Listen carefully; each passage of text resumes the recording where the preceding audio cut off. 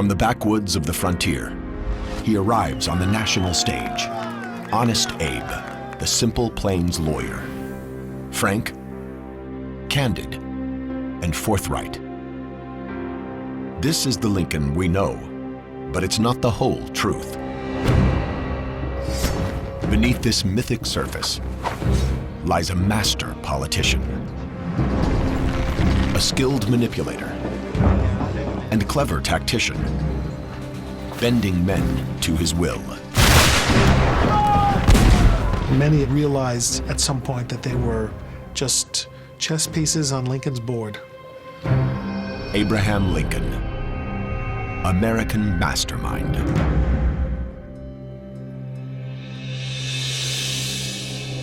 Every American schoolchild knows his image. The frontier roots, towering height, and honest reputation are all legendary. But he's also a man of surprising cunning and calculation, one skilled at manipulating men and shaping his own image.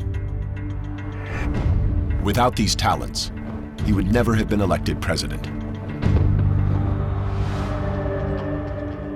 Winter, 1860. Lincoln is a prominent lawyer in the town of Springfield, Illinois. He holds no political office, yet audaciously seeks the biggest prize of all, the White House. Gaining his party's nomination won't be easy.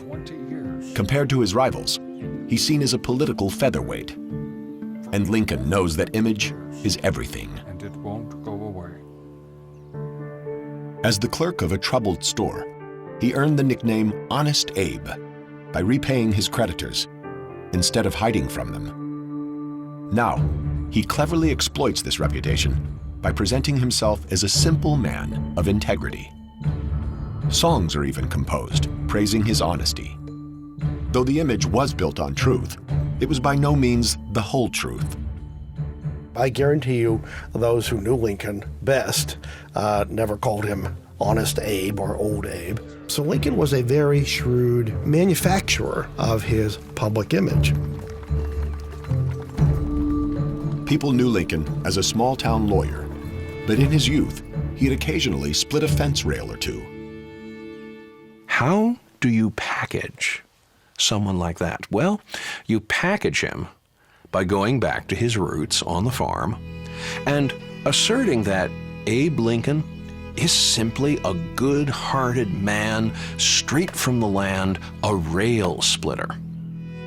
Which was a much more politically potent image than Lincoln the railroad lawyer, which is in fact how he'd made his living. To drive home the point, his supporters drag fence rails into the convention hall. Even though Lincoln finds the image undignified, he plays along. The Republican Party prints thousands of rail splitter leaflets and distributes them throughout the country. Lincoln becomes a household name. Lincoln had an instinctive grasp of how to sell himself, and it was something that evolved and grew and became more sophisticated as Lincoln himself did. Lincoln's powers of manipulation are evident early in his life. He first learns to influence people as a young man on the frontier. At age 22, he leaves his family's remote cabin for the town of New Salem, Illinois. Here, he faces a tough crowd. The Clary's Grove boys in New Salem were the local ruffians. They were up to all kinds of mischief. They were the hellraisers of the frontier. The bullies of New Salem see a chance to humiliate the newcomer. So they challenge Lincoln to a wrestling match. According to some witnesses, the gang's leader plays dirty. But Lincoln doesn't give up. His willingness to stand and fight has a profound impact on the Clary's Grove boys. Lincoln, far from further aggravating the opinion of this local gang, actually won their admiration. And it's the first great indication of the persuasive power that Lincoln had with people. He loses the match, but learns an important lesson, turning one's rivals into to allies has its rewards. They helped him win elections. They went out and voted for him at elections and promoted his candidacy in other villages and helped him to win his first election to the legislature. In 1837, at age 28, he first arrives in Springfield, Illinois, and casts his spell over voters and juries alike. But the younger Lincoln doesn't limit himself to the high-minded rhetoric that will make him famous. He excelled at slicing up his political opponents with sarcasm. The problem was he learned fairly early on that sarcasm makes you as many enemies as it does friends.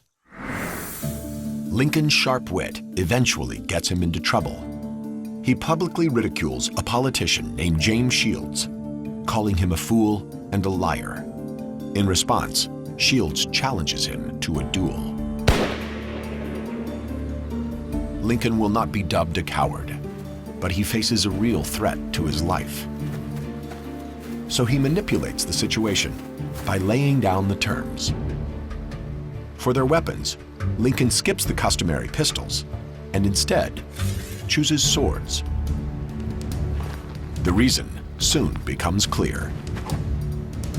Before the duel began, Lincoln emphasized his long reach by taking his saber, his sword, reaching up and slicing off a branch of a willow tree above him and giving Shields an idea of how long his arms were and what he might do to him in the course of the duel. Lincoln also demands they place a board between them that neither can cross. This gives Lincoln, with his long limbs, a natural advantage. The two men soon reach a peaceful agreement, and the duel is called off.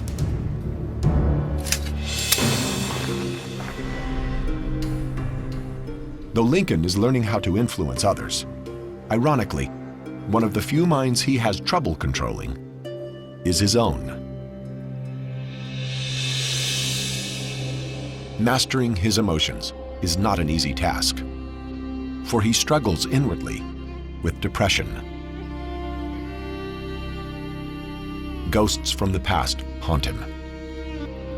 The death of his mother to milk poisoning, his baby brother in infancy, his sister's death in childbirth, and the death of Anne Rutledge, his rumored sweetheart.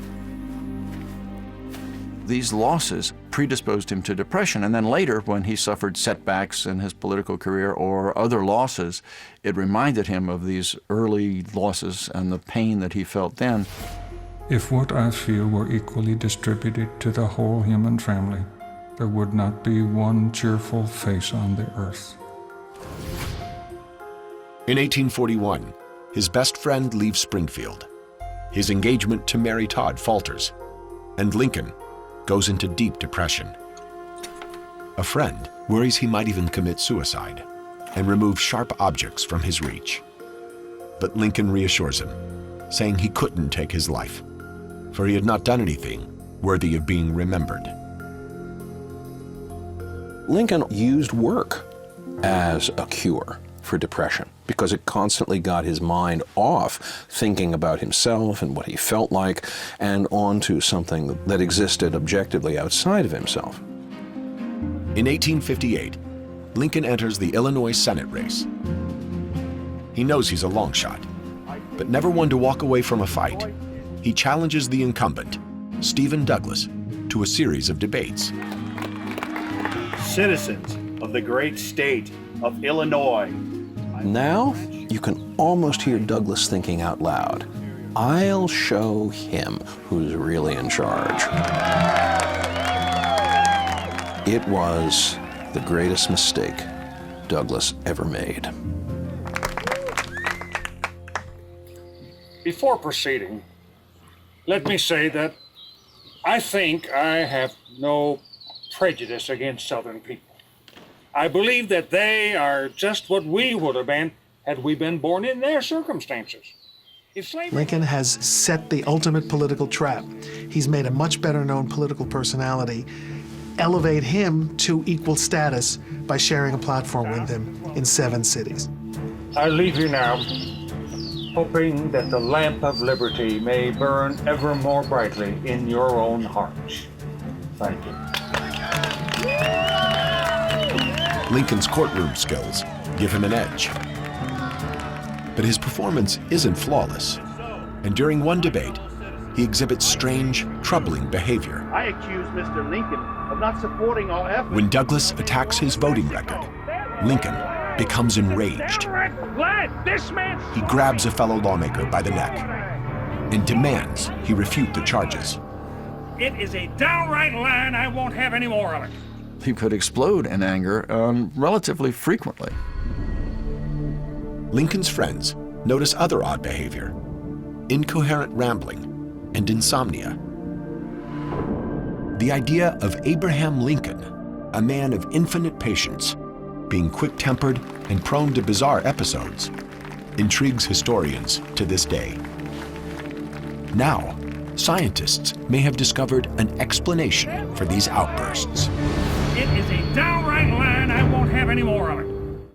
You have heard many For years, Abraham Lincoln treated his depression with a medicine common in the late 19th century, known as blue mass.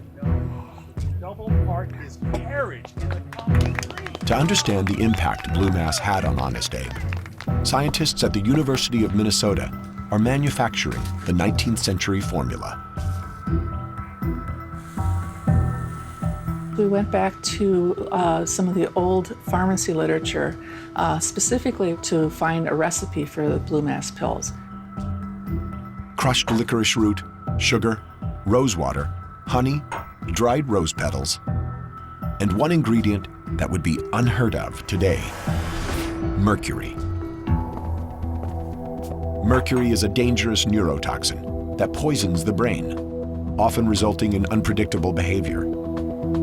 The usual dosage of this was one of these 2 or 3 times a day, so Mr. Lincoln was exposed to about 9,000 times greater amount of mercury than would currently be considered safe. By taking the pills, Lincoln may have inadvertently poisoned himself. But even he notices their side effects. Concerned that they're making him irritable, he eventually quits using the pills he'd relied on for decades. Despite possible medicinal handicaps, he fares well in his 1858 debates with Stephen Douglas. Although he doesn't win the Senate race, he claims a valuable consolation prize: publicity.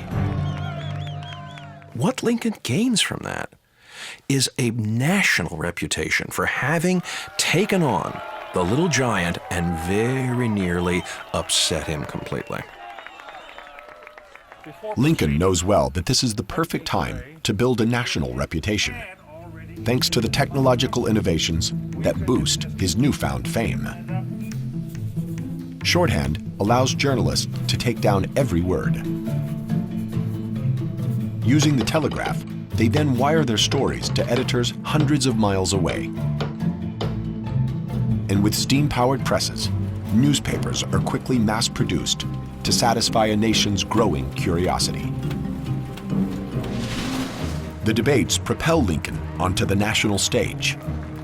Overnight, he's a political celebrity. He capitalizes on this by publishing both an account of the debates and a campaign biography.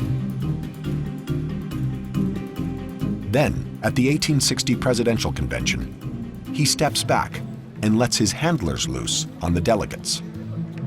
They use counterfeit tickets to flood the gallery with supporters and negotiate backroom deals that all but secure him the nomination.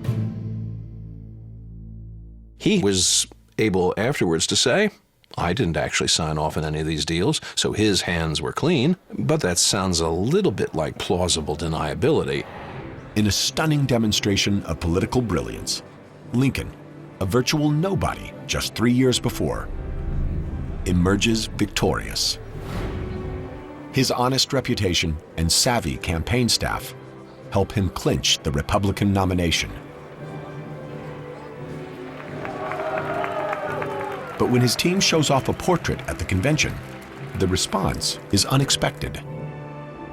apparently all the cheering stopped instantly as if the sound had been turned off in a movie theater. And everybody was just, what's that? Is that the guy we just nominated? And they took the picture out. They said they never saw a picture have such a terrible effect on a crowd. In some photos, he looks more like a crazed wild man than a presidential candidate, a fact not lost on Lincoln. But Lincoln is quick to turn a weakness into a strength. Though photography in 1860 is in its embryonic stages, he soon realizes the power of this new medium. He stops by the studio of famed photographer Mathew Brady. So many of the early photographs focused on those imperfections and those creases and molds and lines and all of that. Brady moved the camera back to emphasize Lincoln's physique and his stature. And then at the last minute, he says to Lincoln, "Would you mind pulling your collar up?" And Lincoln says, "I see, Mr. Brady, that you'd like to shorten my neck." So Lincoln tugs his collar up, and just when he does it, Brady's operator snaps the camera. The result is a powerful image. Dignified and presidential, it radiates confidence. Lincoln's campaign mass produces and distributes the photo, plastering his face everywhere. That was the way Abraham Lincoln was really introduced in 1860, in colorful images that masked his imperfections, that plastered down his hair, took some of the lines out. I mean, he was airbrushed generations before anybody knew what airbrushing was. These photos play a vital role in the campaign. In the final weeks of the race, instead of giving speeches, he poses for photographers and sculptors every chance he gets. By contrast, his old rival, Stephen Douglas, hits the campaign trail, a critical mistake. In the 19th century, a presidential nominee who actively campaigns is seen as desperate. Stephen Douglas did campaign and was ridiculed for it. Lincoln won the campaign honors because his picture campaigned for him. From near obscurity, Lincoln rises to the highest office in the land. On March 4th, 1861, the rail splitter is sworn in as President of the United States. But he continues to polish his image. It's no accident that Lincoln has over 130 pictures taken, far more than most public figures of his era. After he's elected president, he adds the finishing touch, a beard to hide his rough features. His handlers have recommended this for months. But being a savvy politician, Lincoln attributes his new whiskers to advice from a young fan. If you will let your whiskers grow, you would look a great deal better, for your face is so thin. All the ladies like whiskers, and they would tease their husbands to vote for you. But crafting a public persona is a double-edged sword. The press can easily damage his reputation. And during his inaugural train ride from Springfield to the Capitol, they get their chance. The closer he got to Washington, the more ugly rumors began to accumulate that a plot against his life was afoot. By the time that he had reached Philadelphia, discussions about this plot were reaching a fever pitch. The famous detective, Allan Pinkerton, urges him to keep a low profile, but Lincoln wants to avoid the appearance of cowardice. However, the danger is very real. To arrive at the Capitol, Lincoln will have to switch trains in Baltimore, a hotbed of Southern sympathy. It's the perfect ambush point.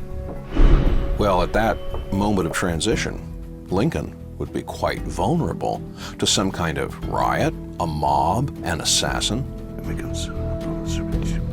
Lincoln learns of a conspiracy to kill him while he changes trains. He's reluctant to alter his schedule, but his advisors are persistent. Finally, Lincoln was persuaded to take a night train under cover of darkness and an assumed name. Lincoln decides on a covert mission, one involving deception, secret agents, and a dangerous gamble. During his inaugural train voyage, Lincoln weighs rumors he'll be assassinated while switching trains in Baltimore. It was a volatile city, and there were very few friends of Abraham Lincoln in Baltimore. So in Pennsylvania, he abandons his inaugural schedule. Instead, he'll take a series of secret night trains. On to Philadelphia. Nearing Baltimore, he and his bodyguard meet up with Detective Allan Pinkerton. Lincoln skips his usual top hat in favor of a soft cap and shawl. He's even offered a weapon, but refuses it. Instead, he follows Pinkerton into a waiting carriage to pass the hours. Just before their train is scheduled to depart, they meet up with a woman pretending to be Lincoln's sister. In fact, she's also a Pinkerton detective, tasked with securing their bunks. Finally, the conductor is given a package and told to rush it to Washington. Little does he realize, the real package is the president-elect. Lincoln arrives in Washington, physically unharmed, but wounded politically. The newspapers fell on this like vultures. They ridiculed Lincoln. What did Lincoln think he was afraid of? What a scaredy cat. The damage to his reputation is worse than he'd anticipated. Vicious cartoons mock his behavior and disguise. Some even show him dressed in women's clothes.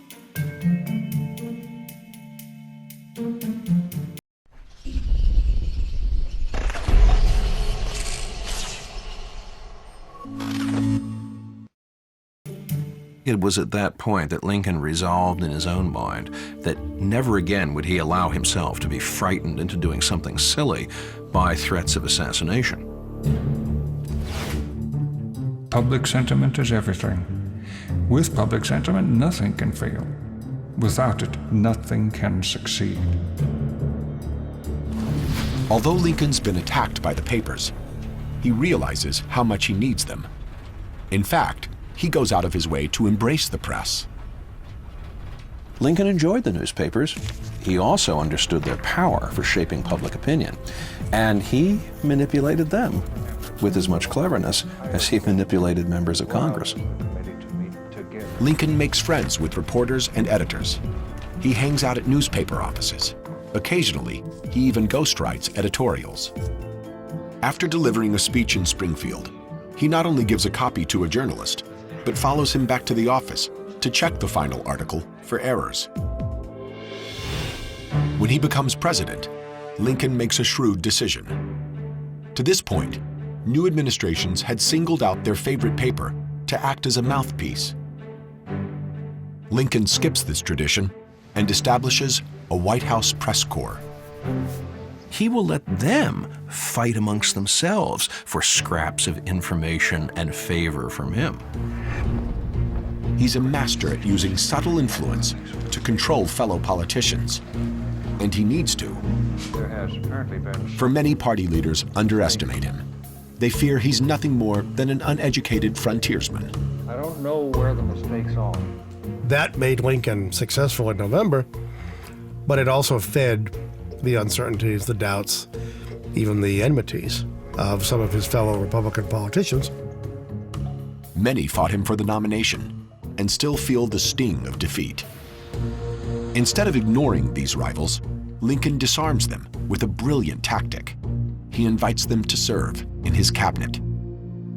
One of the reasons Lincoln did this was because he knew that in order to unify the party, he had to have all factions represented, the radicals, the conservatives, the moderates, and it showed a lot of self-confidence on Lincoln's part because he knew that people regarded him as infinitely inferior to them and infinitely less worthy of being president. Two of Lincoln's appointments are especially headstrong. Secretary of the Treasury Salmon Chase and Secretary of State William Seward. Seward doesn't think much of Lincoln and says so openly. Extremely disappointed. Disappointed? You're disappointed? Seward erupted in anger and said, I, who have founded the Republican Party, who have been its intellectual head for years, have had to be passed over by this backwoods lawyer from Illinois. Disappointed. But as much as he can't stand Lincoln, Seward despises Salmon Chase even more. When he hears his arch rival has also been appointed to the cabinet, Outlined in this memo. he's so upset he submits his resignation. But Lincoln doesn't accept it. Mr. Seward, you're a man of talent and ability. Instead, he turns Seward into one of his closest allies. I ask you to take this position because I need that ability. Lincoln very gently but very firmly put him in his place. And as a result, Seward worked very closely with Lincoln, and they became very close friends. Lincoln's subtle influence keeps his cabinet in line, but his powers of manipulation are tested by a greater challenge: civil war. In the winter of 1860, the nation sits on a powder keg, with war looming. Many doubt Lincoln can handle this tense situation. His critics, once again, underestimate the man. As early as his inaugural address, Lincoln is already stacking the deck in his favor. The important thing is to lay the groundwork so that if war comes, it will be forced upon the North by the South. In your hands, my dissatisfied fellow countrymen, and not in mine, is the momentous issue of civil war. Lincoln knows whoever fires the first shot will be seen as the aggressor and lose popular support. Tensions are high after South Carolina's secession from the Union. In response, federal troops had retreated to Fort Sumter, an island garrison on the coastline. This doesn't sit well with Confederate leaders, who claim the fort as their own. Lincoln knew that Fort Sumter would be contested. His insistence all along had been Fort Sumter is federal property, which was a real finger in the eyeball of South Carolina. So the Carolina militia lay siege to the fort, trapping dozens of federal soldiers. After analyzing the situation, Lincoln's cabinet presents him with two options. He can send in troops to defend the fort, but any show of force could drive the border states, Delaware, Maryland, Kentucky, and Missouri, into joining the Confederacy. And defending Sumter would require a large number of troops to secure the surrounding coastline. How many will he need? General of the Army Winfield Scott estimates between 20 and 30,000. Well, where is he going to get that? There's only 16,000 soldiers in the entire United States Army in 1861. But the alternative isn't much better. It makes him look weak. Lincoln can concede the fact and turn over Fort Sumter to the Confederates and evacuate the garrison, in which case his administration is dead on arrival. The first challenge the Confederates make to his authority as president, he is conceding to them. Lincoln sees a third option. He decides to send not men or arms, but food and supplies. For a lengthy standoff would cause the secession movement to lose steam. This puts the pressure back on the Confederates. If you decide you're going to intervene, you're going to have to do it quickly. Before that ship with the supplies arrives, you're going to have to use artillery to blast Fort Sumter into submission. Exactly as he'd foreseen, South Carolina fires upon Fort Sumter. It soon falls into Confederate hands. Although Lincoln has lost control of the garrison, he's kept the border states neutral and won something greater: the support of the North. When Lincoln issued a call for 75,000 volunteers, he was swamped. Far more than 75,000 people responded. But getting his military to act is more difficult than he realizes. Lincoln's authority is questioned by his commanders, especially General George McClellan. Early in the war, Lincoln had promoted McClellan to lead his armies. Their relationship started off well, but quickly soured. McClellan took a demoralized, defeated Union army, whipped it into shape, restored its morale, equipped it and trained it and supplied it well, but then had no nerve to actually use it in a fight. McClellan's reluctance to engage the enemy tries Lincoln's patience. For months, he urges the general to be more aggressive. Even after a hard-fought victory at the Battle of Antietam, McClellan refuses to pursue Lee's army. Instead, he blames the delay on his tired cavalry. Lincoln telegraphed back, "What have your horses been doing lately that fatigues anything?" Instead of heeding Lincoln's pleas, McClellan repeatedly snubs the president. Lincoln would go visit him, and he wouldn't bother to get out of bed. He would say he was busy with breakfast. Time and again, McClellan treated Lincoln with abject contempt. Many politicians wouldn't stand for this, but Lincoln favors logic over emotion. He controls his temper and removes his ego from the equation. Lincoln wouldn't take things personally and was therefore able to keep the North united, to keep the Republican Party united, and that unity was the secret to Northern success. Lincoln is a master at pulling strings behind the scenes. But to preserve the Union, he feels compelled to step out from behind the curtain. In 1862, his desire to take control leads him to do something that shocks his advisors. The president takes personal command of his armies in the field.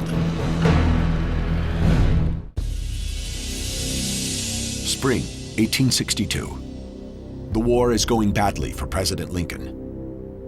What was supposed to be a short engagement has stretched over a year, and the news keeps getting worse. From its Norfolk port, the Confederate ironclad Merrimack devastates the Union Navy. Lincoln, seeing no other option, takes the unprecedented action of personally commanding troops in the field. No one thinks Lincoln is serious, but his trip to the front lines is no joke. Lincoln is willing to micromanage the smallest detail if he has to. I think that a flanking action is probably our best bet. I think he was impatient with McClellan. He was impatient with the sluggish pace of Northern advance. So he decided to go and do a little generaling himself, or in this case, a little admiraling. Lincoln commandeers a ship to scout landing points for an amphibious assault. He wants to reclaim the valuable naval yard at Norfolk. Having found a suitable landing site, he presses his generals into action and launches the attack on the Norfolk port. McClellan has overestimated the enemy's size there. Outnumbered by Union forces, the Confederates retreat and hand Lincoln a great victory. Norfolk was taken and the Merrimack was then scuttled, and it was a brilliant campaign by Lincoln. And the soldiers and sailors who were involved said if Lincoln hadn't come down here and galvanized everybody, it wouldn't have happened. Lincoln, the political mastermind, has now added military strategist to his portfolio. But his senior officers are appalled by his lack of training. His Southern foes are highly skilled in battle tactics. Jefferson Davis, the president of the Confederacy, has impressive credentials. Jefferson Davis had been to West Point. Jefferson Davis had been a hero of the Mexican War. Jefferson Davis had been a distinguished Secretary of War. Lincoln had no such credentials or background. Early in the war, Lincoln realizes he lacks knowledge in military strategy. So he turns to the same place he learned to practice law, the pages of books. He went to the Library of Congress and ordered books. He read them, and suddenly he knew as much about war strategy as anybody who had gone to West Point. Having done his homework, Lincoln is eager to put his knowledge to use. So he writes his generals outlining his thoughts. While the North has superior numbers, a larger army and navy, the South has interior lines, road and rails to quickly transport their troops and outmaneuver the Union. Lincoln weighs these strengths and then suggests a course of action. We must fail unless we can find some way to making our advantage an overmatch for his. This can only be done by menacing him with superior forces at different points at the same time. By attacking from both the east and west, Lincoln can prevent the Confederates from simply shifting their forces. However sound his strategy, Lincoln struggles to convince his generals. Lincoln finally found some generals who would actually do it. And when Grant and Sherman and Sheridan and Thomas then start putting the pressure on all fronts, Lincoln says, well, finally, that advice that I've been trying to get my generals to adopt for the past 2.5 years is being taken. By 1864, the country is soaked in the blood of its soldiers, blue and gray. By war's end, nearly 620,000 men are dead. After years of fighting, Lincoln is under incredible pressure to justify the terrible sacrifice and bloodshed. On one side, he has abolitionists clamoring to give the war a moral purpose. But Lincoln worries what freeing the slaves might do to his army. His generals advise against it. General McClellan is telling Lincoln in no uncertain terms that white men will not fight to free black men, that if you turn this into a war about the Negro slave, then Northern armies will dissolve overnight. Lincoln faces a dilemma. He needs the manpower black soldiers can provide, but risks losing the white soldiers if he frees the slaves. So he's careful not to reveal his intentions. While he's publicly denying that he has any intention of moving on emancipation, privately he in fact is writing a draft of the Emancipation Proclamation. Lincoln waits for a Union victory before proceeding. And when he finally makes the announcement, he emphasizes the practical benefits. The proclamation only frees slaves in Confederate states. It reduces the Southern workforce and adds 200,000 black recruits to Union ranks. At the same time, Lincoln begins to cast the bloodshed in a new light. He persuaded people that there was a secondary cause to the war, that Union meant liberty, that liberty would preserve the Union. It was intertwined. Every man has a right to be equal with every other man. In this great struggle, this form of government and every form of human right is endangered if our enemies succeed. Overnight, Lincoln redefined the war. No longer is it a war about states' rights. It becomes a war for human rights. Lincoln's shrewd mind infuses the war with a new purpose. As the fighting intensifies, he continues to be a hands-on commander-in-chief. But Lincoln's lack of experience occasionally shows through. And when the fighting reaches Washington's borders, he makes a critical blunder. July 11, 1864. A Confederate raiding party sneaks to the outskirts of Washington. At Fort Stevens, they engage Union forces. With General Grant occupied to the south, Lincoln decides he'll supervise the action himself. Flushed with confidence, he walks right into the line of fire. Lincoln wanted to go out and see the fighting. And so he did. He went out and stood on the parapet and observed the Confederate forces coming and the Union resisting them. Lincoln is so fascinated by the battle, he ignores the danger. Up on the parapet, he's exposed to Confederate sharpshooters. By that time, everybody knew who Abraham Lincoln was and what he looked like, and he was the tallest target in the United States.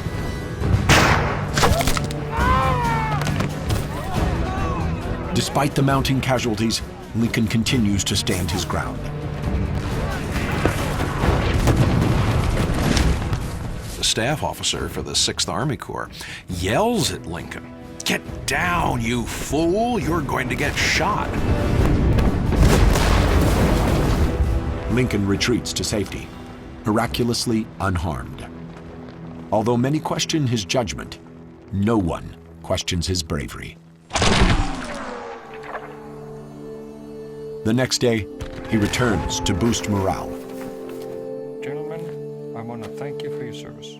Lincoln showed some physical courage in his willingness to go out and also some curiosity about how the war was going. And he felt great empathy for the troops and wanted to show his solidarity with them.